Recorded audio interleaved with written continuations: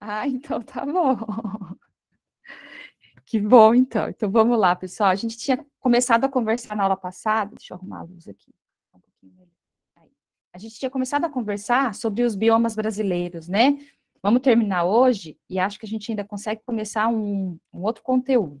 Bom, vamos lá então. A gente tinha parado nesse slide aqui, né? A gente estava conversando sobre o cerrado, então a gente falou sobre a caatinga, a gente falou sobre a floresta amazônica, e aí passamos a falar sobre o cerrado. E aí estava conversando com vocês o seguinte, né, que o cerrado ele é considerado o berço das águas, porque ele é onde está localizado aqui no Brasil todas as nascentes, todas não, né, mas é onde tem nascente das principais bacias hidrográficas brasileiras. E isso tem um motivo. Primeiro é porque ele é um bioma que tem aquele esquema de floresta invertida, né? Então a vegetação tem raízes muito profundas, e essas raízes propiciam uma infiltração da água, e isso é muito importante. Em segundo lugar, porque o Cerrado, ele recebeu durante muito tempo aqueles rios aéreos que vinham aqui da região amazônica, né? E isso que vai ser muito importante para criar um reservatório de água aqui subterrâneo nesse ambiente. E aí, gente, esse termo aqui ele é um termo muito importante, porque o Cerrado ele é considerado um hotspot. Né? O que é um hotspot? Aqui no Brasil a gente tem dois hotspots, que são o Cerrado e a Mata Atlântica, tá? São ecossistemas, gente, com extrema biodiversidade, tem muita biodiversidade, aí normalmente localizados, né, em regiões úmidas e quentes, e que tem pelo menos 70% do seu território modificado, tá? Então, quando a gente tem um bioma que tem muita biodiversidade, que tem pelo menos 70% do seu por cento do território modificado, a gente chama esse bioma de hotspot, tá bom? No mundo são 32, e aqui no Brasil a gente tem dois, que é o Cerrado e a Mata Atlântica. Deixa eu mostrar aqui para vocês um esqueminha, né? Então, olha só, todos os hotspots aqui estão identificados em vermelho e em amarelo, tá vendo? E aqui no Brasil, né, a gente vai ter aqui o Cerrado, a região do Cerrado e a região de Mata Atlântica, tá? Por quê? Porque tiveram aí pelo menos 70% do seu território modificado de alguma maneira, tá? Totalmente ou parcialmente desmatado, tá bom? E aí, por que a Amazônia não entra aí, né? Porque na Amazônia ainda não desmatamos 70%, tá? Mas ela é também um ecossistema extremamente biodiverso.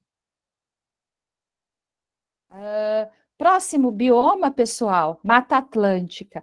Então, aqui a gente tem um mapinha, né, mostrando aqui, em toda essa região aqui, ó, do litoral, onde eu estou passando a ponta do mouse, ó, a ponta do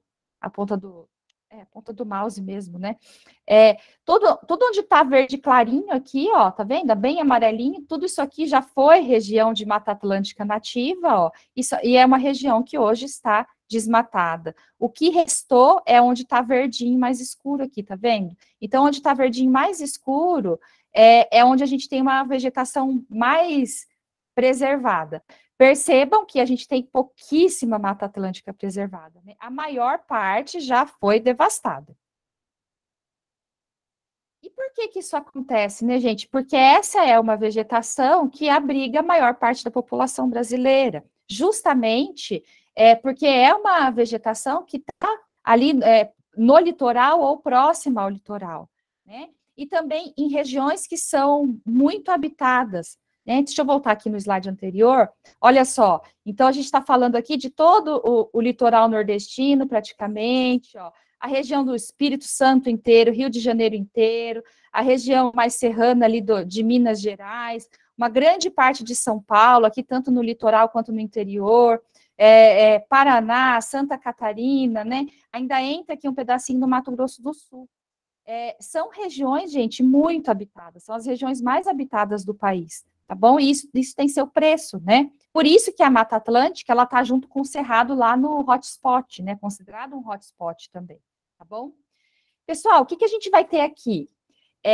Primeiro, percebam a cara dessa vegetação, né? Que coisa mais linda. Assim como a floresta amazônica, a Mata Atlântica, ela também é pluriestratificada, ela tem vários estratos. Então, quando você olha para essa vegetação, você vai ver que essa vegetação, ela tem várias camadas, né? Que a gente chama de estratos. E por que isso acontece, gente? Porque eu tenho um clima que é quente, que tem muita luminosidade e que também é chuvoso. E aí eu tenho uma receita perfeita, né, para ter uma grande biodiversidade nessa vegetação. Como eu tenho muita luminosidade, acontece que minha vegetação vai ter vários estratos, porque qualquer raiozinho de luz que entra ali, minha vegetação acaba conseguindo absorver lá embaixo, lá no fundo, tá bom? Ô, gente, peraí, só um pouquinho, porque eu esqueci de colocar o meu celular para carregar. Peraí, senão eu vou ficar muda daqui a pouquinho para vocês, só um tiquinho.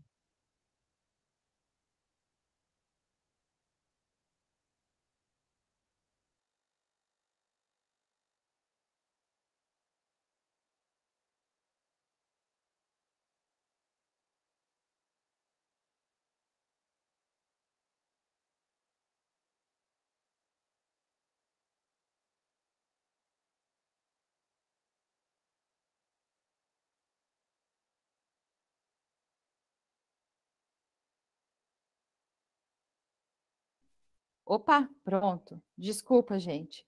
Eu achei que estava carregado, mas não estava. Aí o celular começou a dar sinal aqui de que precisava ser carregado. Ó, vamos lá então. Então, eu estou falando, gente, de um clima extremamente biodiverso, quente, chuvoso, e aí é lógico que vai ter uma variação aqui, né? A gente fala na Mata Atlântica inteira como sendo quente e chuvosa. Deixa eu voltar aqui.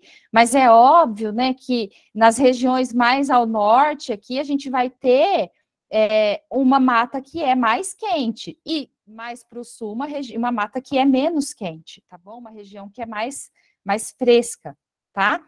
Mas, no geral, a gente considera ainda como uma mata de clima quente. E assim como acontece lá na floresta amazônica, gente, essa também é uma vegetação que tem um solo relativamente raso e pobre em nutrientes, tá? Não tão raso quanto a Mata Atlântica. E acontece uma outra variação aqui também, né? Quanto mais quente essa vegetação, mais pobre, quanto mais quente essa região, mais pobre vai ser o solo. Então, por exemplo, a região de Mata Atlântica aqui do sul já é uma região que tem um solo mais rico em nutrientes, justamente porque é uma região mais fria.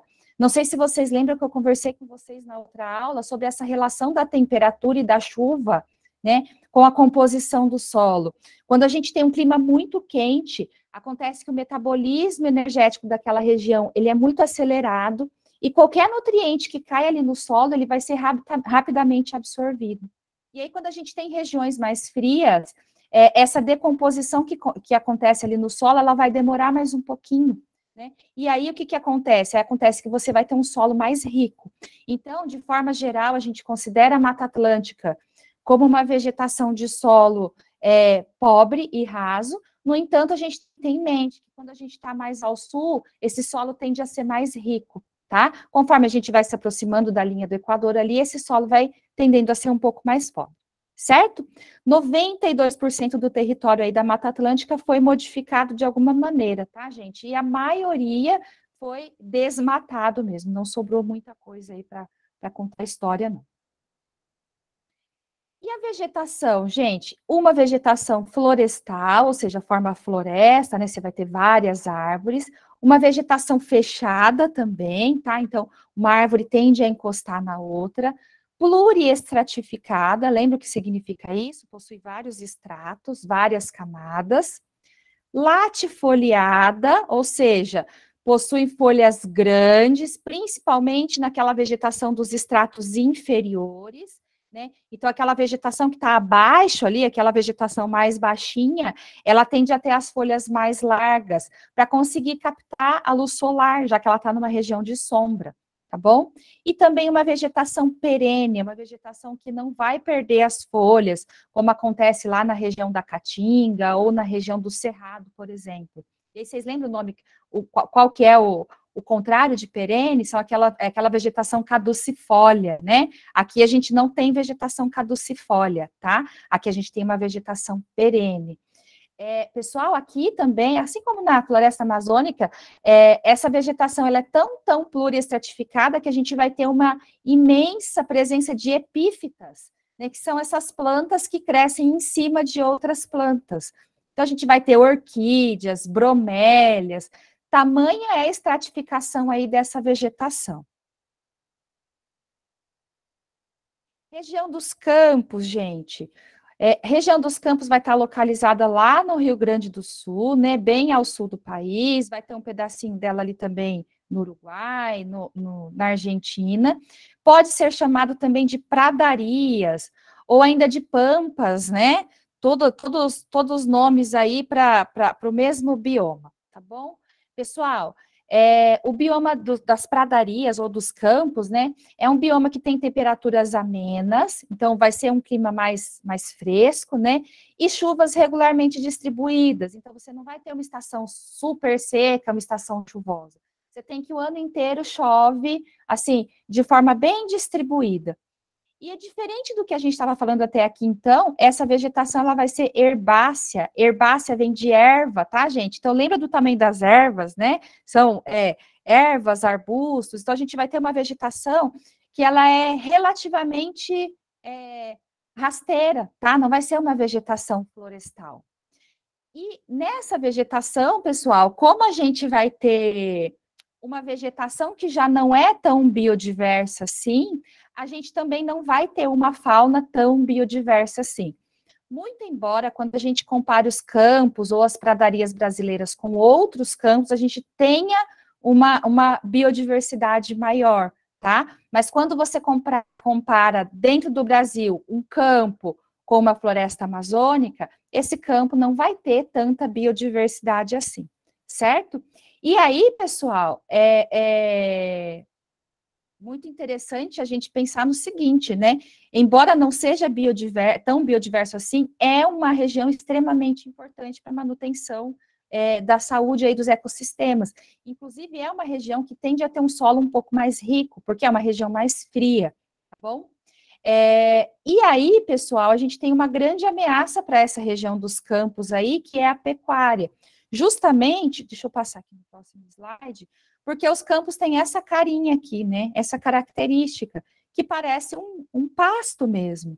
Né? Então, é uma região que é altamente utilizada para a criação de gado.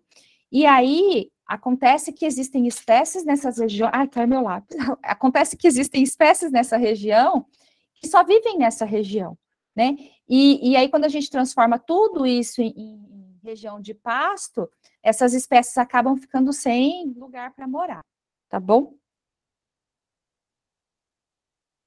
Mata das araucárias. Pessoal, a Mata das Araucárias, ela é um caso interessante porque ela é considerada muitas vezes como um bioma em separado, tá?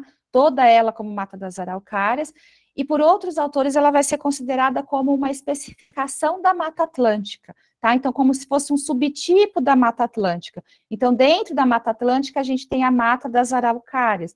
Muito importante para vocês aqui do Sul, né? Costuma cair bastante nos vestibulares do Sul. Essa Mata das Araucárias, gente, ela vai estar presente ali, ó, na região do Paraná, Santa Catarina, pega ainda um pedacinho de São Paulo, mas bem pouquinho, bem pequenininho, mas principalmente nas regiões mais frias ali. E aqui nessa região, gente, da Mata das Araucárias, a gente vai ter uma predominância relativa dos pinheiros, né, da araucária, que é a araucária angustifolia, né? Essa vegetação, gente, ela foi disseminada, essas araucárias, teve uma influência muito grande dos indígenas da região, né? Justamente por conta do pinhão, que serve como alimentação. Então, a disseminação lá, né, antes do homem branco chegar aqui no Brasil, aconteceu muito por conta disso, por conta da alimentação desses indígenas, tá bom? A gente vai ter aqui, então, um clima subtropical, então já não é um clima quente, né? É um clima mais ameno, porém é um clima bastante úmido ainda. E a gente vai ter uma vegetação que a gente chama de acícule foliada. E aí, o que significa isso, né? Acícule vem de agulha, gente, e foliada de folha. Então, é uma vegetação que tem folhas em forma de agulha. São essas pontinhas aqui, ó, tá vendo? Então, a gente fala que isso aqui é uma vegetação acicoli-foliada, tá bom?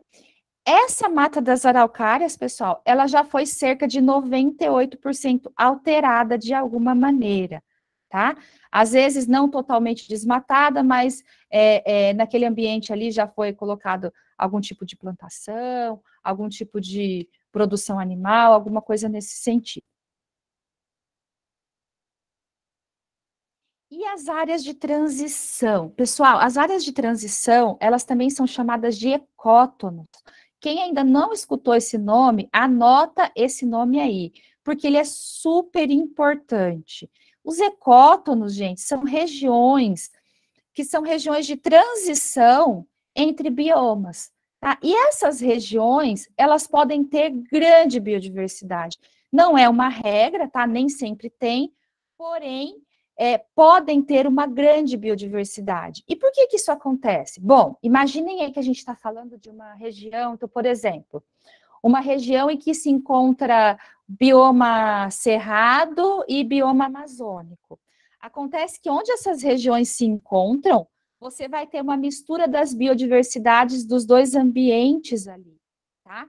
Então, por isso que a gente diz, né, que essas regiões de ecótono, elas podem ter uma biodiversidade muito grande, gigantesca, tá? E aí, no Brasil, pessoal, são 4 principais aqui que a gente precisa conhecer. Mata dos Cocais, Pantanal, as Restingas e os mangues e estuários, certo? Foco aqui, ó, para o Pantanal. Esse costuma ser muito pedido, porque ele é de longe aqui o mais biodiverso de todos, tá? E ele tem uma importância muito grande. Mata dos Cocais, pessoal, localizada aqui, ó, no Maranhão, então pega um pedacinho do Maranhão, um pedacinho, pega quase o Maranhão todo, né? Maranhão, um pedaço do Piauí, um pedaço do Tocantins, ainda pega uma lasquinha do Pará lá, bem pouquinho, mas pega.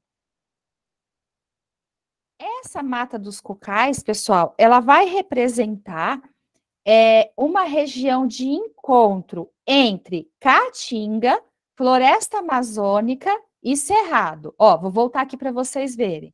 Então, eu vou ter aqui, ó, uma região de Caatinga vindo aqui do Piauí, Cerrado vindo aqui e Floresta Amazônica aqui, tá bom? A gente vai ter, pessoal, uma mata que tem muitos e muitos coqueiros. Esses coqueiros, os 3 principais são o babaçu, daquele óleo de babaçu, sabe? Que a gente escuta falar bastante. O dendê, do óleo de dendê, né? A carnaúba. O próprio açaí, ele é um tipo de coqueiro também, que é desta região, tá? Então, vai ter uma região de coqueiros ali, que é relativamente diversa, porém uma região que é propícia ao desenvolvimento de coqueiros. Eu não sei se vocês já passaram por essas regiões aqui, mas eu, como morava lá no Pará, é muito interessante quando você vai passando e você vai se aproximando das matas dos cocais, começa a aparecer um monte de coqueiro, um monte. Você fala, nossa, nunca vi uns coqueiros assim tão diferentes, né? Tanta variedade de coqueiro. Mas é assim mesmo, tá? Porque está chegando ali na Mata dos Cocais, uma região de transição.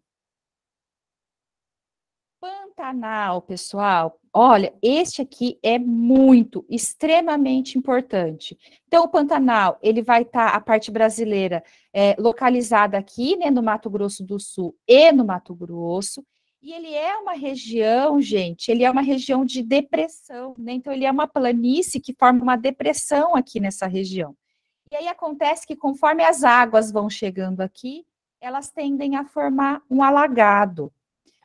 Então, olha só, gente, que coisa mais linda. A gente vai estar falando aqui, deixa eu voltar aqui rapidinho, de uma região de transição entre floresta amazônica, que vai estar por aqui, campos que existem um pouco aqui também, e cerrado, principalmente aqui no Mato Grosso do Sul, tá bom? É uma região extremamente diversa e que existem espécies que só conseguem existir ali. Percebam, gente, como é uma planície, olha só, parece que é uma reta, né? E olha só os alagados aqui dentro. Esses alagados, gente, na época de chuva, conforme vai recebendo chuva e conforme vai recebendo água do rio, eles tendem a transbordar e tomar conta, fica tudo alagado, tá? Isso é muito importante, porque isso vai influenciar extremamente na composição do solo, vai influenciar na umidade, vai influenciar nas espécies. Então, você imagina que existem peixes ali que uma hora estão totalmente dentro dos rios e dos alagados, ora estão na vegetação ali, nadando entre a vegetação, né, que é uma vegetação muitas vezes florestal. Então, é uma região extremamente importante e que vem sofrendo muitos impactos no sentido de muitas hidrelétricas sendo construídas na região, e isso altera completamente o regime de águas, e queimadas, porque, como eu disse para vocês, é uma região de cerrado, então é uma região que em determinadas épocas do ano fica seca, e aí, pessoal, ela fica muito propícia a queimadas, e quando a gente coloca fogo numa área tão grande assim, é muito preocupante, porque os animais ficam sem refúgio, né? Já falei sobre isso com vocês na aula passada. Pantanal é importantíssimo, tá, gente? Precisa saber localizar ele, e normalmente quando cai perguntando de Pantanal, vai ser com relação a essa questão das cheias, tá? Que é um ambiente que tem cheias anuais, né? E que fica totalmente alagado, depois essa água dá uma secada e assim por diante. Olha aí, alguns animais do Cerrado, do Pantanal, que não é à toa, são também do Cerrado, né? Uma região de transição. Olha aí que lindo, gente. Imaginar que, olha só, tá vendo isso aqui, ó, onde eu tô passando a ponta do mouse? Isso aqui é uma região que tá alagada, ó. Se vocês olharem bem aqui embaixo, vocês vão ver que isso aqui é água. Olha só que legal. Porque é uma região muito plana, né? Então, ó, aqui é água, ali tem um braço de rio, ó. Tá vendo? Muito bonito. Alguns outros animais aí. Região de mangues e estuários. Essa região de mangues e estuários, pessoal, ela vai estar localizada em todo o litoral, tá? E aí a gente vai ver agora o que é uma coisa, o que é outra, né? Porque uma coisa é mangue e outra coisa é estuário. O mangue, pessoal, ele vai ser aquela região terrestre, tá? Então, eu tenho aquela região ali onde o rio encontra o mar, aonde a maré do mar... Ai, gente, meu gato, tá difícil hoje. Onde a maré do mar tem influência sobre o ambiente terrestre, eu chamo de mangue, tá? E aonde a água encontra aqui, ó, diretamente, a água doce encontra a água salgada, eu chamo de estuário. Então, basicamente, como que seria aqui, ó? Nessa imagem aqui eu tenho o estuário, que é onde as águas se encontram, e na região terrestre aqui, ó, eu tenho o mangue, tá bom? Essas regiões, pessoal, embora elas estejam localizadas em lugares parecidos, elas têm características que são muito particulares. Bom, vamos para os mangues. Os mangues, então, eles vão representar essa porção terrestre, e essa porção terrestre aqui, ó, onde eu estou passando a ponta do mouse aqui, ó, aqui eu estou vendo ela de um corte, né? E essa região terrestre, onde eu recebo inundação periódica do mar. Então, o mar vem, ele sobe, salga esse solo, desce. Isso vai acontecendo periodicamente, conforme a variação das marés. Por que isso é importante? Isso vai ser muito importante, pessoal, porque essa água salgada que inunda essa região, depois recua, inunda e recua, ela acaba restringindo o tipo de vegetação que consegue se desenvolver ali, tá bom? Ela restringe porque é salgada e os vegetais não conseguem lidar muito bem com esse sal que tem nessa água. E ela restringe também porque essa região é uma região de lamaçal. Então, a própria vegetação ali, para conseguir se desenvolver, ela precisa, tá vendo aqui que tem parece uns galhos, né? Isso aqui são raízes que servem para essa vegetação se fixar e essas árvores não tombarem, tá bom? Por isso que elas são muito importantes. E aí, pessoal, aqui a gente vai ter poucas espécies vegetais, tá? Justamente porque são poucos os vegetais, poucas as árvores que conseguem sobreviver nesse tipo de ambiente, certo? E o estuário? O estuário vai ser aqui na região da água propriamente dita, tá? Essa região, sim, pessoal, é uma região extremamente biodiversa, extremamente biodiversa. Por quê? Porque você vai ter aqui espécies que vêm da água doce, você vai ter espécies que vêm da água salgada, e você tem espécies aqui que ora estão no lugar, ora estão em outra. Então, você tem espécies que nascem na água doce, e descem o rio, depois vão para a água salgada. Você tem espécies que vêm da água salgada e depois sobem o rio para se reproduzir. Tem espécies que usam o estuário como fonte de alimentação, porque não sei se vocês notam nessa foto aqui, ó, esse estuário ele tem uma cor mais escura, essa água, tá vendo? E aí o que, que vai acontecer aqui, pessoal? Acontece que essa água ela tá cheia de matéria orgânica, porque ela vem descendo o rio e vem carregando essa matéria orgânica.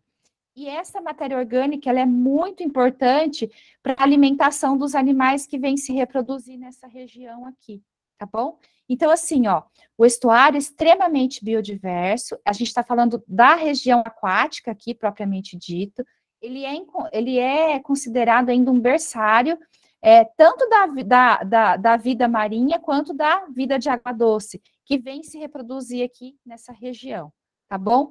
E tem o mangue, que também tem sua importância, porém não é tão biodiverso quanto o estuário, tá? O estuário, o ambiente aquático, propriamente dito, e o mangue, o ambiente terrestre. E as restingas, gente, que também vão estar localizadas aqui na mesma região. A restinga, ela vai ser essa vegetação aqui que fica na beirinha do mar, tá? Ela vai representar aí uma transição entre a Mata Atlântica e a praia, né? Mata Atlântica, se a gente está falando aqui do, do Piauí para baixo, e Floresta Amazônica ali, se a gente está falando do Maranhão para cima, tá? É uma vegetação rasteira, como eu disse para vocês, os vegetais não costumam lidar bem com essa alta salinidade da água, então você não vai ter grandes árvores aqui, uma vegetação rasteira, porque tem a questão da salinidade, tem a questão da composição desse solo também. Esse solo ele está constantemente sendo lavado pelas marés, tá? Isso acaba carregando a matéria orgânica que tem ali. Então é um solo que tende a ser arenoso, né, com muita areia, pobre em nutrientes e ainda salgado. Então, é pouca vegetação que consegue sobreviver ali, certo? Tranquilo? Assunto de biomas é tranquilo, né, gente? Não tem muito segredo, não. Vamos passar para o próximo. Ah, só tinha colocado uma imagem aqui para vocês. Olha aí, ó.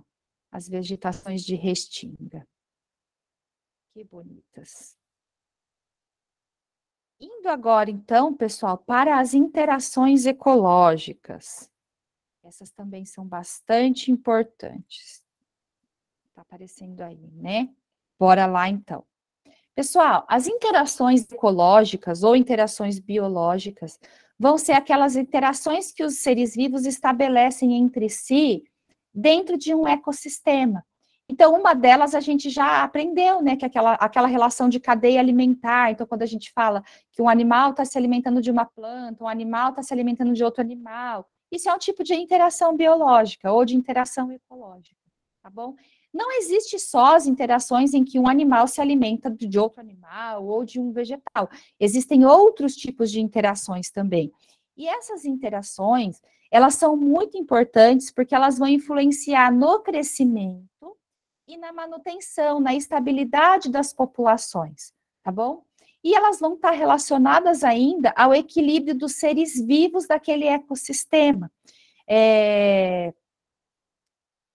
Vamos lá, então, que a gente vai falar de cada uma delas. Olha só, com relação às espécies, as minhas relações, elas podem ser de dois tipos. Intraespecíficas, quando a gente está falando de relações que acontecem entre indivíduos da mesma espécie, tá? Então, por exemplo, uma onça macho com uma onça fêmea, uma árvore de ipê com a outra árvore de ipê, um leão com uma leoa. Então, a gente está falando de uma relação que é intraespecífica, ela vai acontecer entre indivíduos da mesma espécie. Um ser humano com outro ser humano. Seria uma relação intraespecífica. Opa, tá aqui. E a minha relação pode ser interespecífica quando ela acontece entre indivíduos de espécies diferentes, tá? Então, quando um indivíduo se alimenta do outro, por exemplo, e esse outro indivíduo é de uma outra espécie, eu considero como uma relação interespecífica, tá? Essas relações ainda podem ser positivas, negativas ou indiferentes. Positivas quando há ganho para um dos lados, negativa quando há perda para um desses lados, e indiferente. Existem algumas relações que para um indivíduo é positiva e para outro indivíduo tanto faz. E aí a gente já vai falar sobre elas. Ok, gente, até aqui. Pode prosseguir. Então, tá bom. Ó, primeiro vamos falar sobre as interações intraespecíficas, que são aquelas interações que vão ocorrer entre indivíduos da mesma espécie. Primeira relação, gente, é a relação de colônia. Percebam que eu chamei aqui de uma relação mais, ó. O que significa isso? Significa que todos os indivíduos que estão nessa relação aqui se beneficiam, tá? Todos os indivíduos ganham. E na colônia, pessoal, o que vai acontecer é que os meus diferentes indivíduos, eles são ligados fisicamente. E aí pode ocorrer aqui ainda uma divisão de trabalho. Então, eu coloquei aqui para vocês o exemplo de uma alga. Então, cada bolinha dessa aqui é uma alga diferente, ó. Aqui eu tenho o exemplo de uma caravela portuguesa, que é um tipo de quinidário, tá? Um parente lá da água-viva, bem bonito. E aqui eu coloquei para vocês um exemplo de um porífero, tá? Que é uma esponja do mar. Então, o que está acontecendo aqui, pessoal? Tanto aqui, quanto aqui, quanto aqui, eu vou ter indivíduos diferentes que se unem e acabam formando como se fosse um corpo só. Porém, se você for separar, você vai ver que são indivíduos diferentes que formam essa tal de colônia. A caravela portuguesa aqui, por exemplo, ó, cada tentáculozinho desse aqui, né, é um indivíduo diferente. E aí, cada indivíduo aqui vai ter uma função, né? Um tem a função de natação, o outro da alimentação, o outro de flutuar, tá bom? Aqui as esponjas, né? Olha só, se você pegar uma esponja dessa e passar numa peneira, cada pedacinho que passou por uma peneira vira um indivíduo diferente.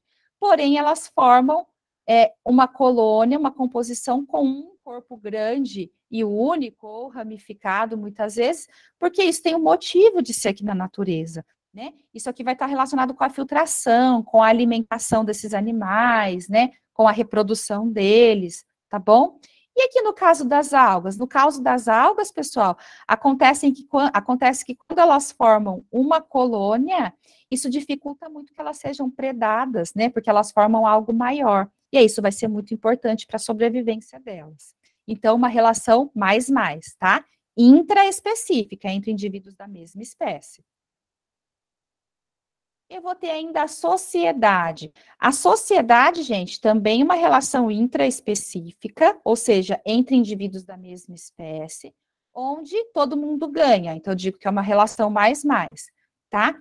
Essa relação, ela vai ser uma relação onde os indivíduos se agrupam e formam um grupamento que é permanente, e eles cooperam entre si e ainda fazem divisão de trabalho. Tá? Então, os exemplos clássicos aqui são os insetos sociais, né? Que são as abelhas, os cupins e as formigas. Então, a gente vai ter aqui uma sociedade na qual todo mundo trabalha por um bem comum, né? E aí, esses indivíduos conseguem se perpetuar e todos eles levam vantagem, tá bom? O próximo, pessoal, é a competição. E aí, quando a gente fala de competição, ela vai aparecer tanto nas interações intraespecíficas, quanto nas interações interespecíficas. E por que isso acontece? Acontece porque pode haver competição entre indivíduos da mesma espécie, e também pode haver competição entre indivíduos de espécies diferentes. E aí percebam uma curiosidade que eu coloquei aqui para vocês, que a competição é uma relação menos-menos. Uai, como assim? Assim, gente, ó, a competição ela vai acontecer quando ocorre a disputa pelos mesmos recursos. Então, seja água, alimento, parceiros sexuais, tá? Luminosidade e assim por diante. E aí, pessoal, o que que acontece? Vai ter um indivíduo que vai ganhar aquele recurso e vai ter um indivíduo que vai perder. E a gente não deveria pensar assim, então não é uma relação mais-menos? Não é. Por quê? Porque a energia que se gasta durante a competição, ela seria ideal que não se gastasse. Então, mesmo aquele indivíduo que ganha o recurso, ele perdeu energia para conseguir aquele recurso, entende? Então, a gente diz que a competição ela é uma relação menos-menos, tá? Sempre vai ser uma relação menos-menos, seja entre indivíduos da mesma espécie ou entre indivíduos de espécies diferentes. E aí, notem o seguinte, gente, quando a gente fala entre indivíduos da mesma espécie, esses indivíduos, eles podem disputar alguns recursos. E quando a gente fala entre indivíduos de espécies diferentes, eles vão disputar por outros recursos, às vezes parecidos, às vezes diferentes. Então, por exemplo, a gente está falando aqui de uma interação que é intraespecífica entre indivíduos da mesma espécie. Então, estão disputando por recursos, como, por exemplo, um parceiro sexual. Tá? Então, um parceiro sexual só pode ser disputado entre indivíduos da mesma espécie, não de espécies diferentes, tá bom? Coloquei 3 exemplos aqui para vocês, né?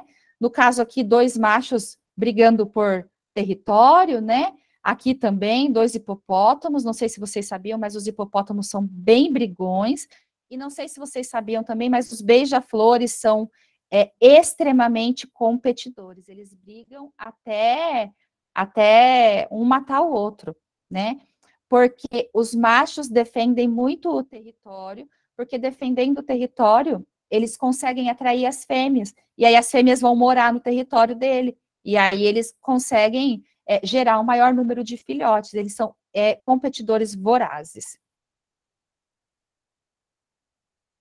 O canibalismo, pessoal, o canibalismo, ele vai ser uma relação mais-menos, onde, obviamente, quem se alimenta tá sendo beneficiado e quem está servindo de alimento está sendo prejudicado, né? Então, uma relação mais-menos. Vai ser uma forma de predação que vai ser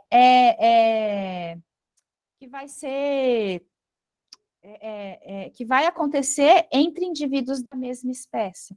Então, eu coloquei alguns exemplos aqui para vocês, e vou só citar alguns para vocês se localizarem, tá? Então, por exemplo, o tubarão. Daqueles tubarões em que os filhotes se desenvolvem dentro da barriga da mãe, é muito comum o início da gestação da mãe ter entre 2, 3, às vezes até 4 filhotes.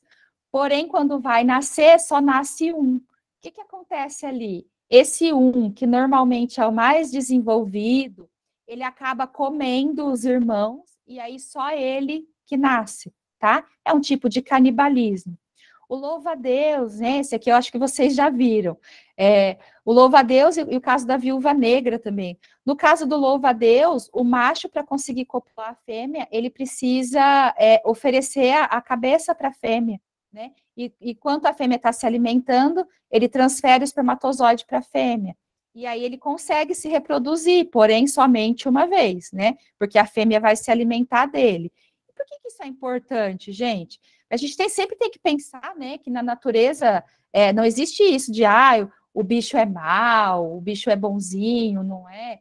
Isso aqui está acontecendo, pessoal, para que essa fêmea tenha recursos para chocar os ovos que ela vai gerar, né? Para depositar esses ovos, porque esses ovos eles precisam de muita energia para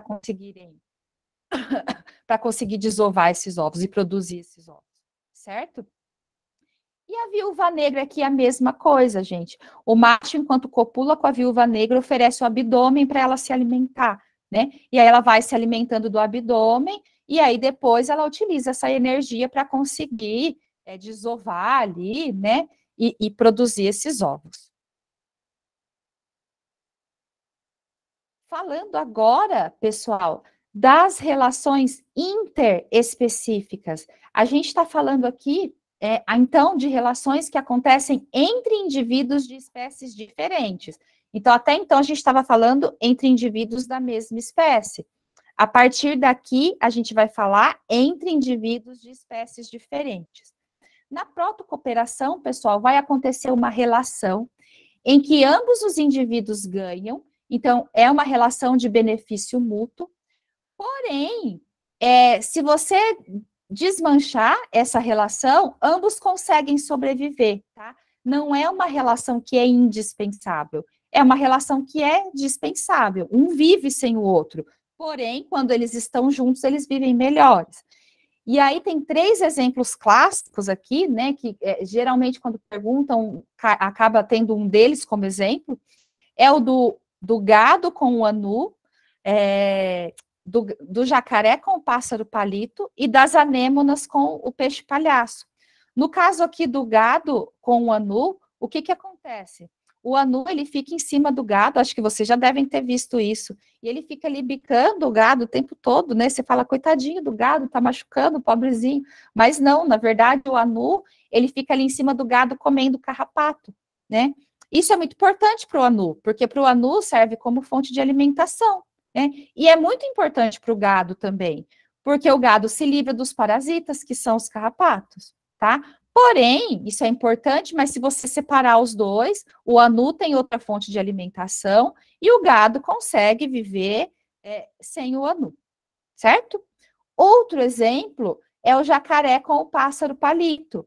Esse pássaro palito, gente, é muito interessante, porque o jacaré, ele pousa na beira da água e ele fica ali com a boca aberta.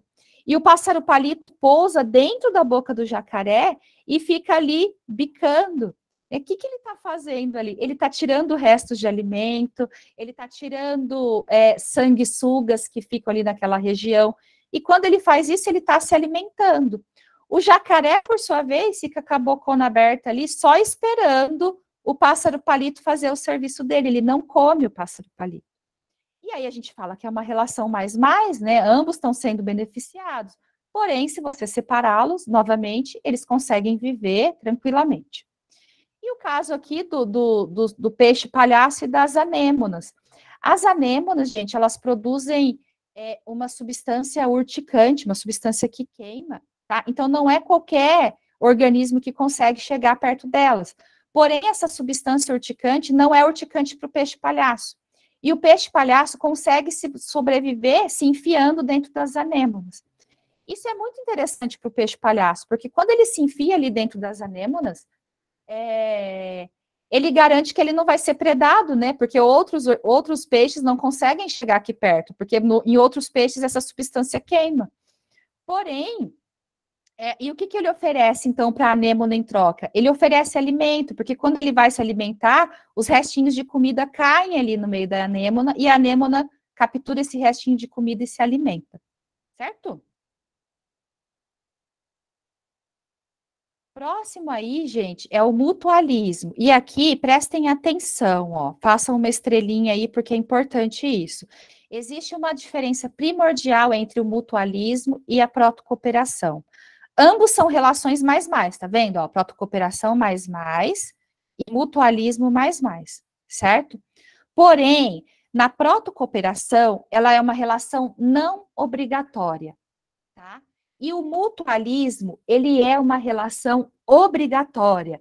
Ou seja, se você separar esses indivíduos, eles não vivem um sem o outro.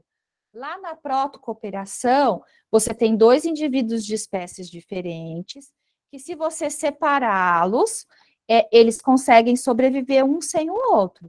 Agora, aqui no mutualismo, não. São espécies diferentes, mas que já vivem tão intrinsecamente unidas que se você separá-las, uma não sobrevive sem a outra.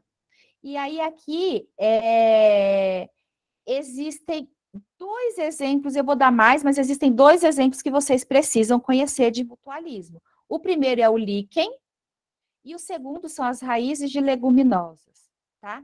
O líquen, pessoal, que é essa estrutura aqui que a gente vê na vegetação, existem diversas variedades, tá? Conforme a região que a gente está, a qualidade do ar e tudo mais. Na verdade, o líquen, ele não é um organismo, ele é uma associação entre algas e fungos, nas quais as algas fazem fotossíntese e fornecem matéria orgânica, para os fungos, e os fungos, por sua vez, têm uma capacidade de reter umidade e sais minerais muito grande.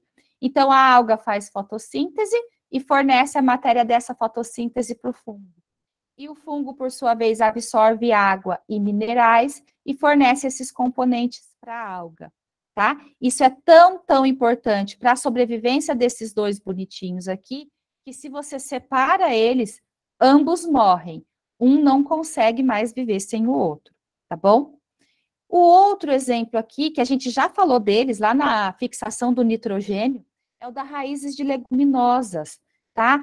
Nas raízes de leguminosas, e aí vocês precisam lembrar quem são as leguminosas, né? São aquelas plantas que a gente chama de oleaginosas, então, o amendoim, a soja, o feijão. Essas plantas, pessoal, a vagem, elas vão ter na raiz delas, olha aqui, ó, que bonitinha, esses carocinhos, tá? Esses carocinhos, pessoal, são associações que essas plantas têm com bactérias. E aí, se vocês lembrarem lá da aula sobre ciclo biogeoquímico, vocês vão se lembrar que essa fixação que acontece por bactérias aqui, acontece a fixação do nitrogênio. Então, essas bactérias que estão nesses nódulozinhos aqui, fixam o nitrogênio atmosférico e fornecem esse nitrogênio para a planta, e isso vai ser muito importante para a planta. E a planta, por sua vez, fornece composto orgânico para a sobrevivência dessas bactérias que estão aqui, tá? Se você separar esses dois aqui, nenhum nem outro sobrevive, certo? E a gente tem outros exemplos aqui também, como, por exemplo, o de cupins e protozoários. Então, esse cupim aqui, ele tem no trato digestório dele um protozoário, que é capaz de fazer a digestão da celulose. Se você tira esse protozoário desse cupim, esse cupim não consegue mais sobreviver, porque tudo que ele consegue fazer da vida é comer madeira, né? E quando ele come madeira, ele precisa digerir essa celulose. Se você separa esses dois aqui, nenhum nem outro sobrevive, tá? Outro exemplo é o de gado e bactérias, né? Então, o gado possui bactérias no seu trato digestivo que também consegue digerir a celulose. Outro exemplo são os corais, né? Que são uma associação de um animalzinho chamado quinidário com bactérias que fazem fotossíntese. Então, existem diversos aí que vocês podem conhecer, mas gravem esses dois aqui que são os principais, tá? Os líquens e as raízes de leguminosas, esses são muito importantes. Próximo, pessoal, é o comensalismo. O comensalismo, olha só, até então a gente não tinha visto zero, né? Só tinha visto mais, menos e menos, menos. Aqui a gente já vai ver o zero. Então, o comensalismo, ele vai ser uma associação que acontece em busca de alimento, e ele é considerado uma associação mais zero. Ou seja, para um indivíduo aquilo é positivo, e para o outro indivíduo tanto faz. E aí, o exemplo clássico que vocês veem desde a da educação infantil é do tubarão e da rêmora, né? Então, as rêmoras são esses peixinhos aqui que se fixam no tubarão, para o tubarão não causa mal nenhum, e para a rêmora causa um benefício muito grande, que é se alimentar dos restos de alimento desse tubarão. Então, esse tubarão, conforme ele vai se alimentando e vai caindo o resto de alimentação ali, essa rêmora pega esses restinhos de alimento. O caso do hipopótamo com peixes aqui, então esse hipopótamo, ele entra na água para fazer as necessidades dele, né? E quando esse hipopótamo entra na água, os peixinhos já vão atrás dele para poder se alimentar das fezes dele. Para os peixes tem muito benefício, porque os peixes se alimentam, né? E para o hipopótamo não faz diferença nenhuma aquele peixe está ali ou não. Um outro exemplo, né, é do leão e da hiena. Com exceção de quando esse leão tá muito velho já, mas no geral o que acontece? As hienas, elas ficam cercando os leões ali, e quando os leões terminam de se alimentar, elas vão lá e comem a carcaça, elas comem o que sobrou da caça do leão. tá? Nesse caso aí, para o leão não causa prejuízo nenhum, e para as hienas causam benefício, porque elas vão se alimentar. Próxima relação, pessoal, é a do inquilinismo. Olha só, enquanto lá no comensalismo a gente tinha uma associação em busca de alimento, aqui no inquilinismo a gente tem uma associação em busca de moradia, tá? Então, são seres vivos que se associam com outros para ter onde morar. Então, um exemplo aqui é o do João de Barro, né, que monta a casinha dele em cima das árvores. Outros animais fazem os ninhos em cima de árvores também. As baleias que possuem cracas, né? Essas cracas aqui, pessoal, são um tipo de crustáceo que vivem em cima do corpo das baleias, parecem umas verrugas, né? Mas na verdade são crustáceos que vivem em cima do corpo das baleias, tá? Então elas estão ali em busca de moradia. Existem mosquinhas que vivem aqui no bicho preguiça também, né? Existem mosquinhas que vivem, passam o ciclo de vida inteirinho dela no corpo do bicho preguiça. Então, um tipo aí de associação interespecífica, né? E aí, gente, quando a gente está falando dessas relações, percebem que quando a gente fala, por exemplo, da extinção de um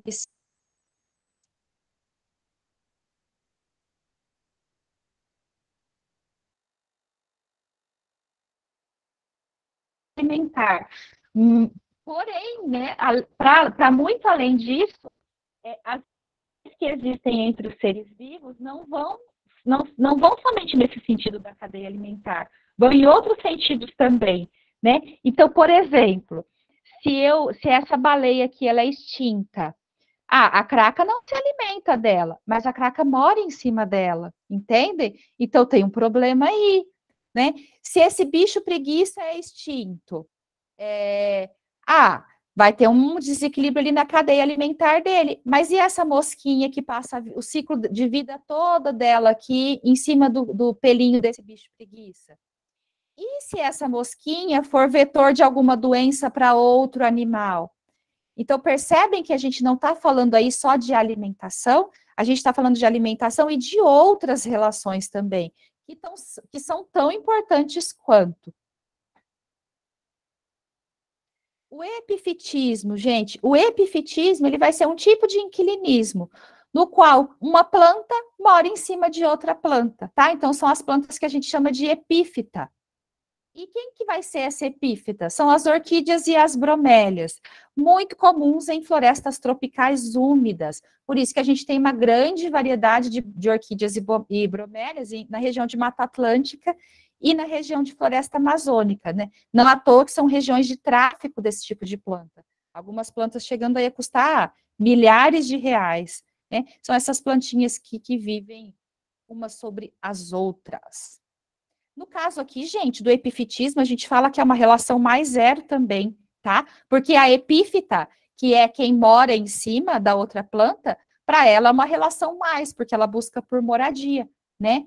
E para a planta que está servindo de suporte, é uma relação que tanto faz, então não vai causar mal para ela, tá? E aí pergunto para vocês, por que que essa abençoada mora lá em cima? Por que que ela não mora no chão? Por que que existe essa relação aí de epifitismo? Alguém de vocês tem algum palpite? Normalmente, gente, essa relação de epifitismo, ela vai estar relacionada à procura por luminosidade e também tem relação à não competição lá no solo. Muitas vezes já é um solo que está extremamente povoado, né? E aí, uma adaptação que ocorreu ao longo de milhares e milhares de anos e essas plantas se adaptaram a sobreviver assim, em cima de outras plantas. Competição. Olha a competição aqui de novo, gente, aparecendo agora na interespecífica, tá? São disputas pelos mesmos recursos.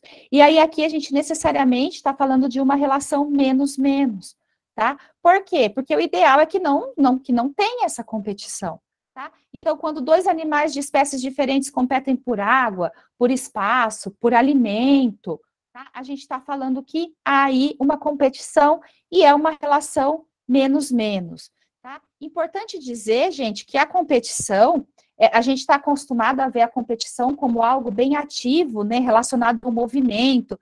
Então, quando a gente pensa em competição, nos animais, por exemplo, a gente pensa em briga, né? Então, dois machos brigando pela fêmea, ou então dois indivíduos brigando por comida. Porém, a competição, ela também ocorre em outros lugares que não é somente o reino animal. Então, por exemplo, nos vegetais também tem competição. Esses vegetais competem, por exemplo, por água, por sais minerais, por luminosidade, e eles têm recursos para fazer isso, tá bom? Então, tomem muito cuidado para não atrelar a competição somente aos animais, porque nos outros reinos também existe competição. O próximo aí, pessoal, a predação. Predação, tranquilo, né? Vai ser aquela relação na qual um indivíduo de uma espécie mata o indivíduo de outra espécie para servir de alimento. E aí vai ser uma relação mais-menos. Mais para quem está se alimentando e menos para quem está servindo de alimento, tá bom?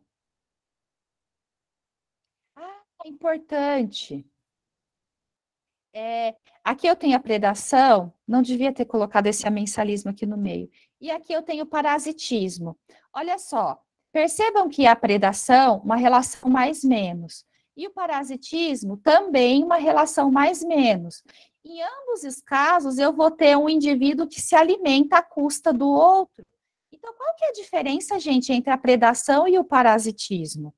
Na predação, eu vou ter que um indivíduo mata o outro para se alimentar. Então, ele consome o corpo do outro, tá?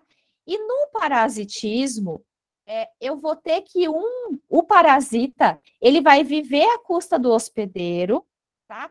Porém, ele não vai causar a morte imediata desse hospedeiro. Ele vai viver naquele hospedeiro por um tempo. E se você for pensar bem, do ponto de vista do parasita, é muito interessante que o hospedeiro dele viva o maior tempo possível, né? Porque se o hospedeiro dele está vivendo muito tempo, significa que ele vai viver muito tempo também.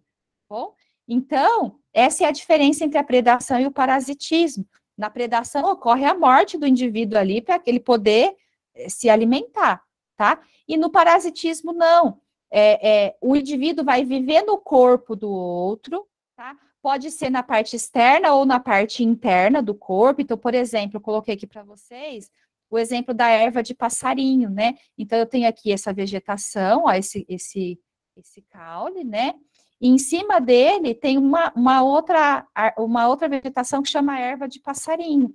Essa erva de passarinho, gente, ela penetra dentro do hospedeiro aqui e suga a seiva desse hospedeiro, tá? Percebem que ela não vai matar essa árvore de baixo aqui para se alimentar dela, porém ela fica ali vivendo às custas dessa árvore o tempo todo, tá? O carrapato é um tipo de parasita externo. As verminoses, né, que a gente tem, os outros animais também têm, também são um exemplo aí de parasitismo, certo? E o amensalismo, gente? O amensalismo, ele vai ser uma relação mais-menos, tá? Na qual o indivíduo de uma espécie libera alguma substância naquela região que impede o desenvolvimento de outras espécies. Então, o exemplo, assim, clássico aqui é o do pinus e do eucalipto. São vegetações, gente, que quando você planta elas, poucas vegetações conseguem crescer em volta. Por quê? Porque elas produzem uma substância e eliminam essa substância no solo, que inibem o crescimento de outros vegetais ali, tá bom? Um exemplo aí de amensalismo foi a descoberta da penicilina. Não sei se vocês já ouviram essa história, mas não sei, mas vou contar mesmo assim, né?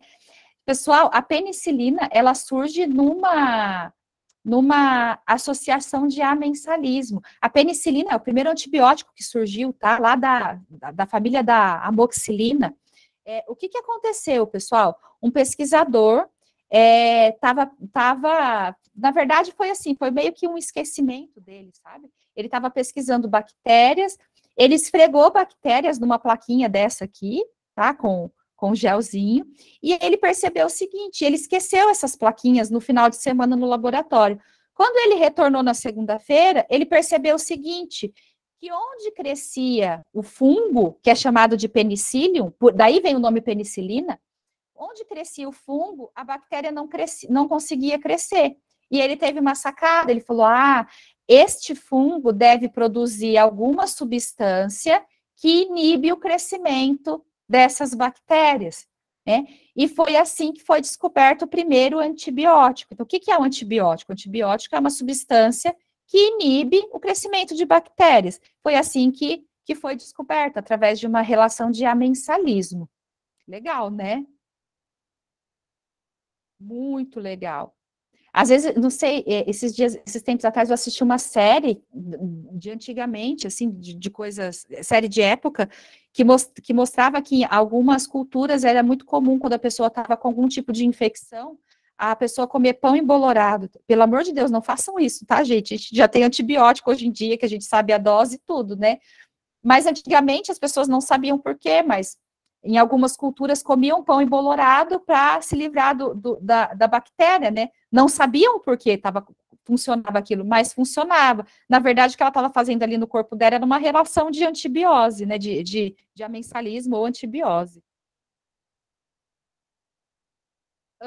O esclavagismo, gente, o esclavagismo, ele vai ser uma relação mais menos, na qual um indivíduo, ele leva vantagem sobre o outro, e ele tira vantagem desse outro, de modo que o outro precisa gastar tempo e energia para isso. Então, o exemplo clássico aqui é o do chupim. Não sei se vocês já viram o chupim, o pássaro chupim, que é esse pretão aqui, mas já ouviram a expressão, fulano é um chupim, ou não? Não, ninguém se manifestou. Gente, o que acontece com o chupim? A fêmea do chupim, ela fica espreitando os ninhos de outras fêmeas de outras aves. E quando essas fêmeas saem para se alimentar, ela vai correndo lá e bota o ovo dela. E aí, o ovo dela, quando ela coloca. Deixa eu voltar aqui, eu acho que eu até tenho um vídeo que eu quero mostrar para vocês. Quando ela coloca o ovo dela, é, ela vai. Esse ovo dela, ele é maiorzão, ó, tá vendo? Aqui tem o ovo essa aqui é a mãe, tá? É a mãe adotiva do chupim. Já dei spoiler da história para vocês. Então, esse é o chupim, que é o filho adotivo dessa aqui. Essa daqui, ela foi lá e botou os ovinhos dela, que são esses aqui, ó, menorzinhos. Quando ela saiu para se alimentar, a mãe desse lindão veio aqui e botou os ovões dela. Percebam que os ovos do chupim são bem maiores. E o chupim, gente, ele se desenvolve mais rápido que os demais. E aí, o que acontece? Essa boazinha que volta e não percebe que aquele ovo que está ali no ninho dela é diferente. Ela não conta os ovos. Esse ovo aqui não é meu. E ela continua chocando esses ovinhos aqui. Só que como o ovo do chupim se desenvolve mais rápido, o que vai acontecer? Quando ele eclode, ele é todo grandalhão, desengonçado, ele vai se esfregando e ele joga os outros ovos para fora. E quando ele joga os outros ovos para fora, ninguém sobrevive, de modo que fica ele lá no linho, viu? Às vezes ele joga até os próprios irmãos da mãe biológica dele, que a mãe biológica às vezes bota mais de um ovo. E aí o que vai acontecer? Acontece que só ele nasce e essa fêmea aqui, achando que ele é filhote dela, né? Às vezes o macho também vai lá e cria como se fosse filhote dele, né? Mas na realidade não é. Então, esse chupim aqui está vivendo às custas dessa mãezinha aqui, né? Graças à mãe dele que foi lá e botou o ovo lá no linho da outra, coitadinha, pobrezinha. Deixa eu ver se eu acho o vídeo aqui, gente, do chupim, porque se vocês nunca viram, ele é muito interessante. Zoologia. Não, não, não, não, não. Ecologia, chupim. Olha ele aqui.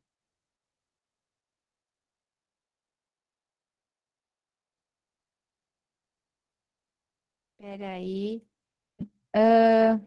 Tá, tá indo o som aí para vocês? Não? Espera aí. Eu vou deixar rolando o som aqui.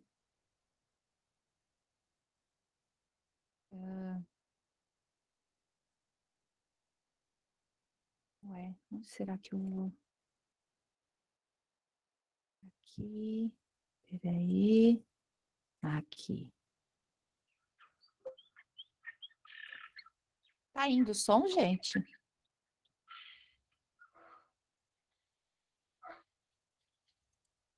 Peraí. Foi o som?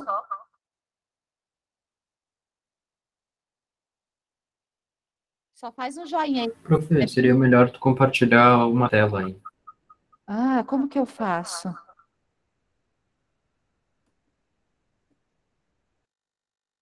Tu faz como tu fosse compartilhar normalmente. Uma diferença é que, em vez de usar a tela inteira, tu compartilha uma janela. Ah, tá dando eco, né? Peraí.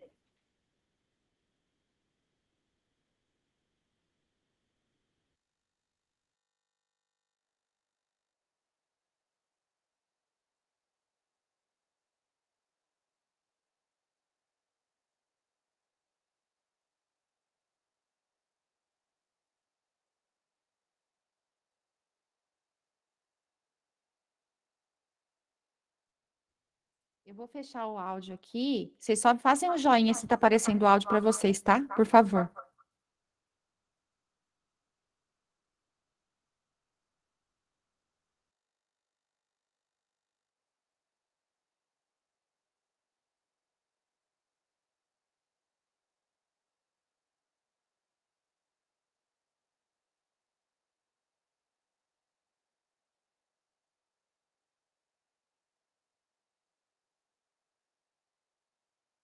Não está saindo som, profe. Tá sem som, gente. Oh, meu Deus do céu. Não, eu vou fazer o seguinte, então. Eu vou procurar. Peraí. Deixa eu fechar aqui.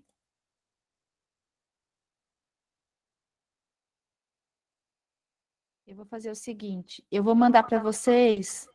Ai, Jesus. Ai, pronto. Eu vou mandar para vocês o vídeo pelo YouTube. Eu acho que tem esse vídeo no YouTube. Aí eu mando para vocês lá no grupo, tá bom? Pode ser? E aí eu vou mandar lá no grupo também uma listinha com exercícios, tá bom? Sobre biomas. Como eu não sabia se a gente ia dar conta hoje ou não de terminar de falar sobre, de terminar de falar sobre interações ecológicas, de interações eu ainda não mandei, mas a de biomas eu já mando para vocês. Importante, gente, façam, porque biomas costuma ser bastante cobrado, tá bom? Certo? Mas então por hoje é isso. Eu vou mandar o link para vocês do vídeo lá no grupo e mando a lista de exercícios também, tá bom? Obrigada, boa semana e bons estudos para vocês.